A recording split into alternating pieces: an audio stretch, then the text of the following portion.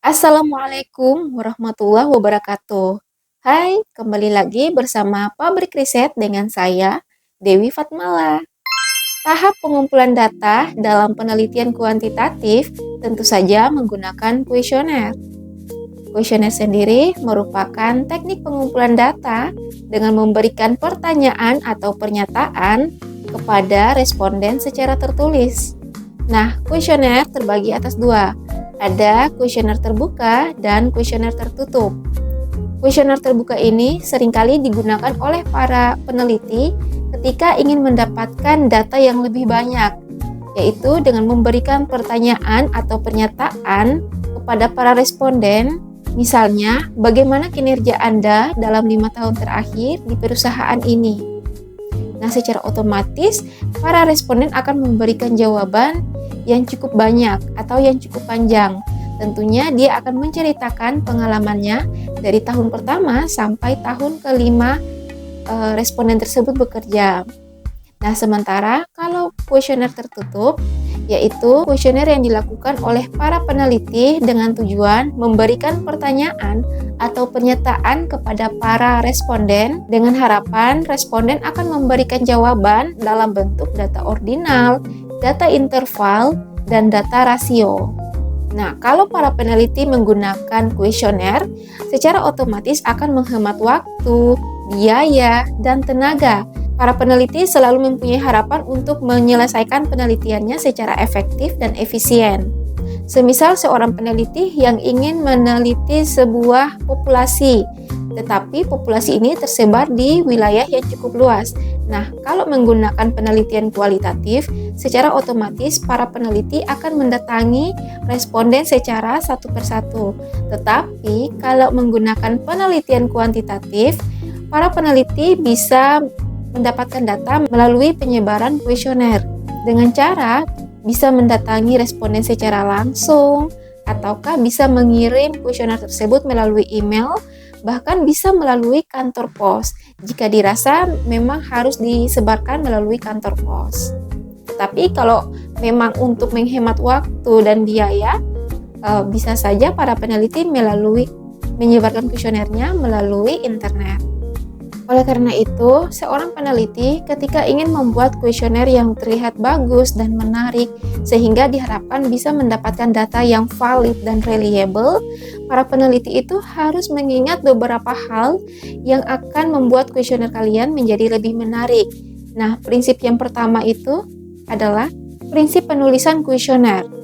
Jadi, ada beberapa faktor yang akan mempengaruhi bagus tidaknya sebuah kuesioner itu.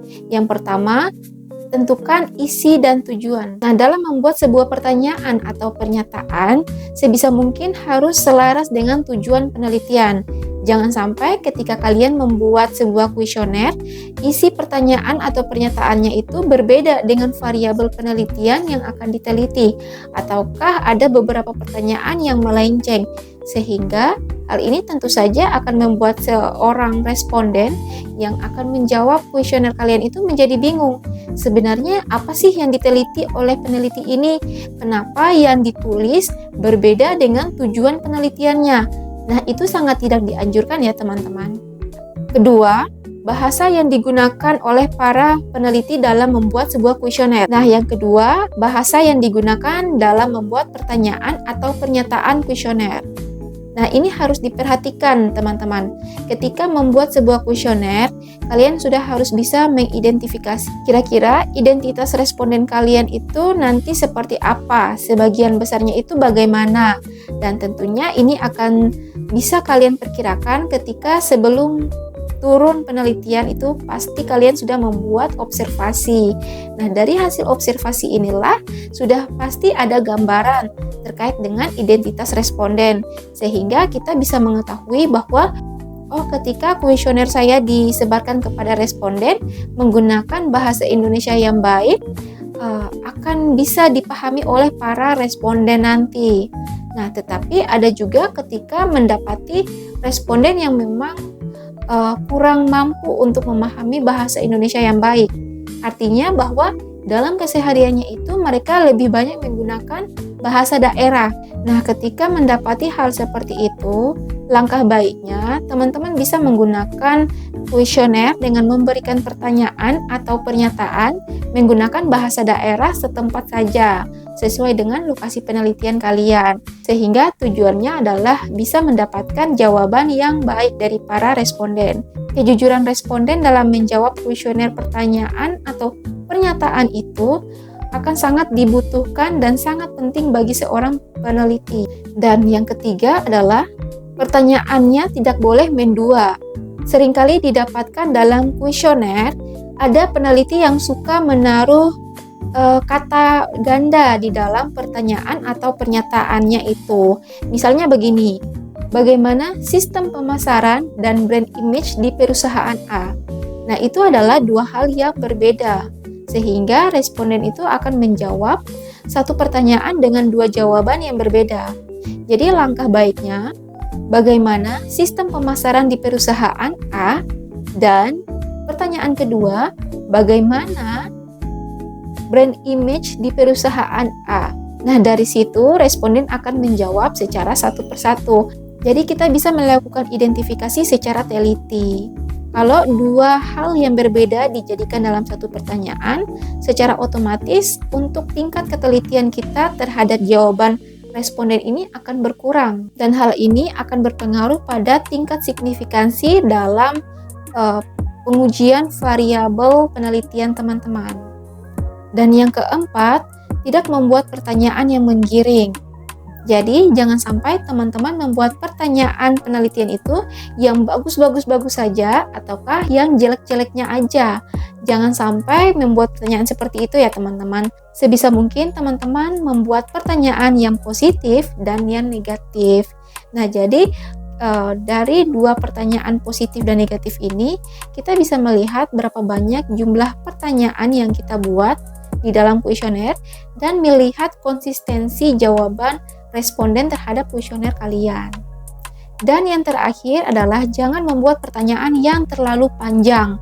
Cukup membuat pertanyaan atau pernyataan yang singkat, padat, dan jelas.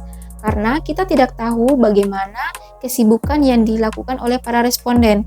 Bisa saja waktu yang kita minta sebentar, tetapi ketika melihat pertanyaannya panjang dan jumlah pertanyaan atau pernyataannya itu banyak, secara otomatis hal ini akan membuat para responden itu malas untuk mengisi jawabannya. Jadi sebisa mungkin memberikan pertanyaan itu atau pernyataan secara singkat, padat, dan jelas saja. Dan yang kedua adalah prinsip penampilan fisik kuesioner. Jadi ini sangat penting teman-teman. Jangan lupa bahwa ketika kita menulis sebuah kuesioner itu harus rapih dan jelas, bisa dibaca oleh para responden. Kalau kita ingin melakukan print out kuesioner, artinya kita menyebarkan kuesioner itu secara langsung, maka pastikan tulisan yang sudah kita print out itu terlihat jelas, sehingga responden juga enak bacanya, bisa mereka pahami dengan baik karena tulisannya itu jelas. Jangan sampai tulisannya itu kabur, ataukah jangan sampai tulisannya itu terlalu kecil, maka itu akan menyulitkan para responden dan pada akhirnya mereka akan malas untuk mengisi jawaban dari kuesioner teman-teman. Semoga informasi ini bermanfaat bagi teman-teman, terutama untuk teman-teman yang sedang menyelesaikan proposal penelitiannya atau sedang menyusun kuesioner penelitiannya. Terima kasih sudah menonton.